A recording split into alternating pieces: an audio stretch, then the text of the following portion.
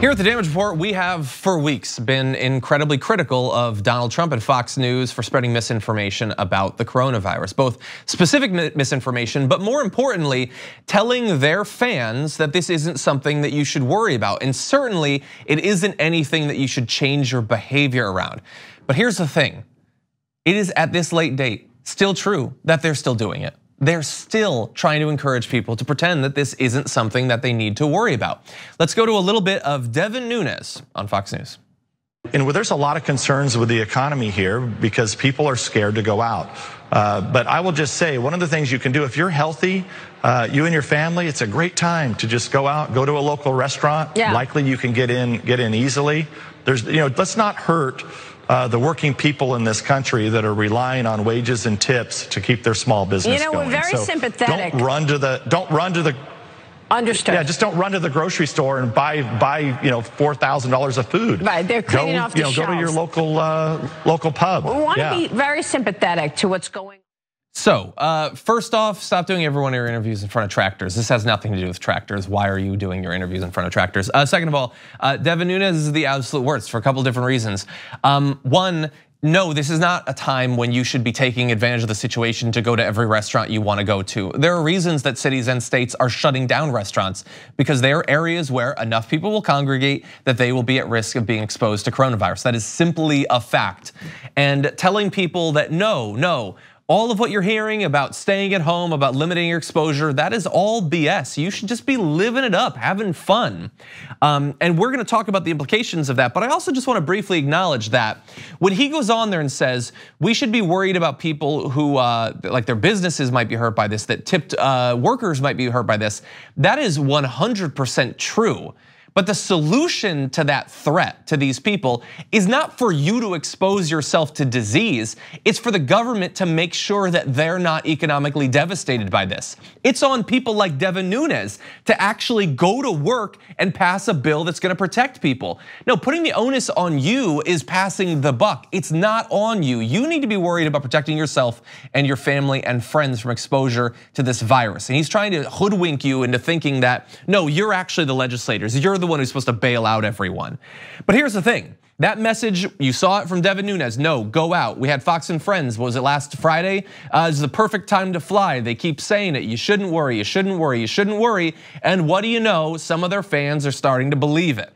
And so that's why, like over the weekend, tweets were going viral, like when AOC tweeted to everyone in New York City, but especially healthy people and people under 40, because from what I'm observing, that's who needs to hear this again.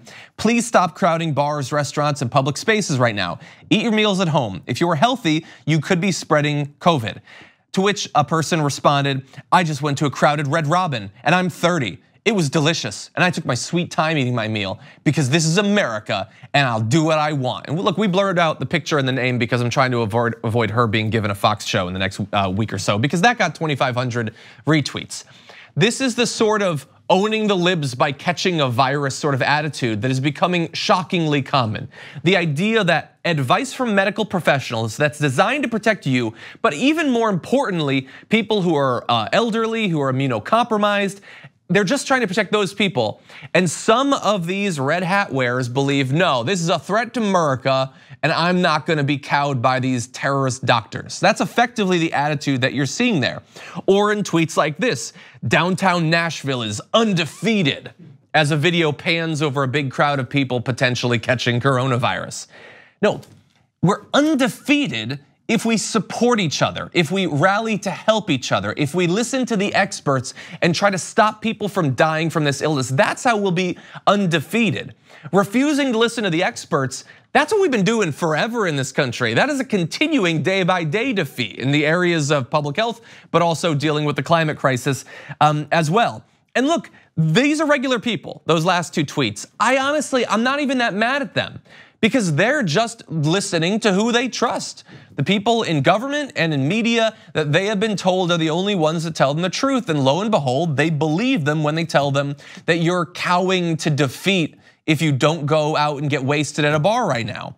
And that continued up until just yesterday even, with people like David A. Clark Jr., the former Wisconsin sheriff that they love on Fox News, that Trump was considering for a position in the Department of Homeland Security. He tweeted a bunch of things. I can't put up some of them because they're laced with profanities, but they include tweets like this: "Go into the streets, folks.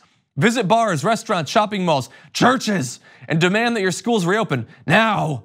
If government doesn't stop this foolishness, stay in the streets. End government control over our lives. If not now, when? This is an exploitation of a crisis." Shortly thereafter, he wondered why people weren't blaming this Jewish billionaire that the right always throws their conspiracy theories onto. He claimed that he was somehow responsible for coronavirus. Now, after this tweet storm, he's apparently, a lot of his tweets were taken down by Twitter because they encouraged people to kill themselves. So that's a guy that's on Fox News all the time, saying that effectively you're not a good patriotic American unless you get into a big crowd right now. And people are doing it like it's not just guests on Fox, it's the hosts on Fox. Sean Hannity claimed that people are faking concern about coronavirus just to quote bludgeon Trump with this new hoax. And so if you tell people that over and over and then a doctor says maybe you should stay home, well, what do you know? Maybe that doctor just has a bludgeon for Trump. Pete Hegseth said, quote, "I feel like the more I learn about this, the less there is to worry about." On Hannity, he had a guest, a medical correspondent, Mark Siegel, who said that the worst case scenario with coronavirus, quote, is that it could just be the flu.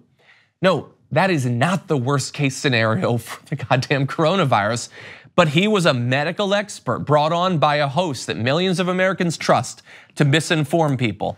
And it's not just the news and it's not just government. Another group of authority figures for a lot of Americans are religious leaders, and some of them are giving people the worst possible information. Here's a bit of video. It's from the River Church in Tampa Bay, Florida. It's a revivalist church. Here's what their leader had to say. Well, I know they don't want us to do this, but just turn around and greet 2 or 3 people. Tell them you love them, Jesus loves them. Amen. Listen, this has to be the safest place. I said this has to be the safest place. This Bible school is open because we're raising up revivalists, not pansies. Less worried about whether you're raising up pansies and more on whether these people will be raised up at all, because you are encouraging the transmission of coronavirus there. Look, there was a point perhaps where certain efforts might be too much panicking, but we're at thousands of cases now. We are trying to get past the worst of this.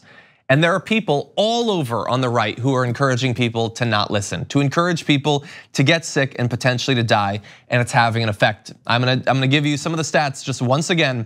A new NBC News Wall Street Journal poll found that 56% of Democrats believe their day-to-day lives will change in a major way in the future, while just 26% of Republicans hold that view. 61% of Democrats said they've stopped or plan to stop attending large public gatherings, but only 30% of Republicans said the same. And so here's the thing, I don't know when we'll have the final numbers. Hopefully once we've moved past coronavirus, it's not a thing that you need to think about anymore. Someone is going to do an analysis, and the number of people who got sick and who died is not going to be spread evenly across the ideological spectrum. More Republicans will get sick, more Republicans will die because they trusted the wrong people, and it is a tragedy. I know when I say these sorts of things, when I tweet these sorts of things, some people who ostensibly agree with me on politics will say, well, that's what they get. I'm sorry, maybe I'm a bleeding heart. I don't want anyone to die just because they disagree with me on politics. I am trying to do these videos and I'm trying to spread information to get through to these people to protect themselves and the people around them. And they are, unfortunately, they are being abused on a daily basis by people who they've put their trust in, who are telling them to do things, to continue doing things that could theoretically get them killed. And I personally see it as a tragedy.